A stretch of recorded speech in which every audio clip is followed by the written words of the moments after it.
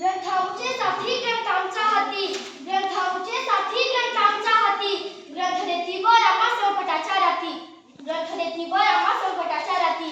ग्रंथाच्या तेजामधून जन्मास येते क्रांती, ग्रंथाच्या तेजामधून जन्मास येते क्रांती. ग्रंथ शिकविती माणुसकी आणि ग्रंथ जपती नाती. नमस्कार, मी कुमारी सना अझरुद्दीन शेख, इयत्ता 6वीतील विद्यार्थिनी. सन्माननीय आयोजक आधुनिक परीक्षा गट यांना प्रणाम करून आज विषय मांडत आहे वाचन एक संस्कार. वाचन म्हणजे काय हो? वाचन हा शब्द तयार झाला वचन या शब्दापासून. वचन म्हणजे शपथ, त्यामध्ये श म्हणजे शतक अर्थातच 100%, आणि पथ म्हणजे मार्ग म्हणजे 100% यशाकडे नेणारा मार्ग म्हणजे वाचन. वाचनामुळे माणसावर संस्कार घडतात. वाचनामुळे माणूस नम्र बनतो, सकारात्मक दृष्टिकोन तयार होतो, मन व बुद्धी सदैव तरुण राहते, नवीन गोष्टी शिकायला मिळतात, शब्द सार्थ वाटतो. वाचन हा संस्कार व संस्कृती संवर्धनाचा एक महत्त्वपूर्ण उपाय आहे. वाचन हे ज्ञानार्जनाचे एक उत्तम साधन आहे. थोडक्यात सांगायचे झाले तर वाचन ही माणसाला जन्मभर पुरण्याची जोडी आहे. आयुष्यात येणाऱ्या संकटाला हाताळावर पाय ठेवून उभे राहण्याची ताकद वाचनातून मिळते. वाचनामुळे जीवनासाठी दिशा मिळते, त्यातून ध्येय ठरते, आणि ध्येयामुळे म्हणजे बिगर पत्ता दुपत्र पोस्टर टाकल्यासारखी नाही का? असे असूनही माहिती तंत्रज्ञानाच्या आजच्या युगात लहान मुलांपासून तर बालपर्यंत सर्वजणच मोबाईल किंवा टीव्ही समोर केंद्रित झाले दिसतात.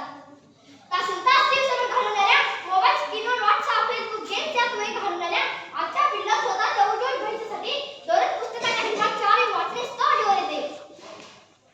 कोरोनाच्या काळात लॉकडाऊनमध्ये शाळा व कॉलेज बंद होते, म्हणजे सर्व विद्यार्थी घरातच होते, म्हणजे वाचन करण्यासाठी सुवर्ण संधी मिळायला लागेल.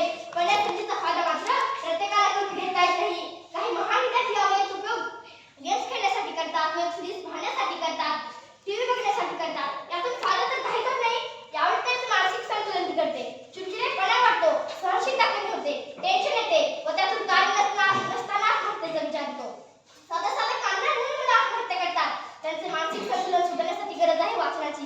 कारण पुस्तकं वाचायला जगायला शिकवतात, पण याने सांगायचं कसं की आजच्या विद्यार्थ्यांना वाचायला वेळ नाही, शॉर्टकटचा काळ आहे, प्रार्थना बसायला पाठ नाही, पण सिनेमाचे गाणी मात्र तोंडपाठ आहेत. आजची परिस्थिती पाहून असं म्हणावंसं वाटतं की झाली उजाड ग्रंथालय पण काय वेगच बजले हो, झाली उजाड ग्रंथालय पण काय वेगच बजले हो, आजचे तरुण सारे वाचनापासून दुरावले हो, वाचनापासून दुरावले हो. आणि याचाच परिणाम म्हणून आपली संस्कृती व संस्कारांची अधोपतनास सुरुवात झाली आहे. जाता शेवटी एवढेच म्हणेन की तेलाशिवाय किंमत नाही समईतील वातीला, तेलाशिवाय किंमत नाही समईतील वातीला, धारेशिवाय किंमत नाही तलवारीच्या पातीला, धारेशिवाय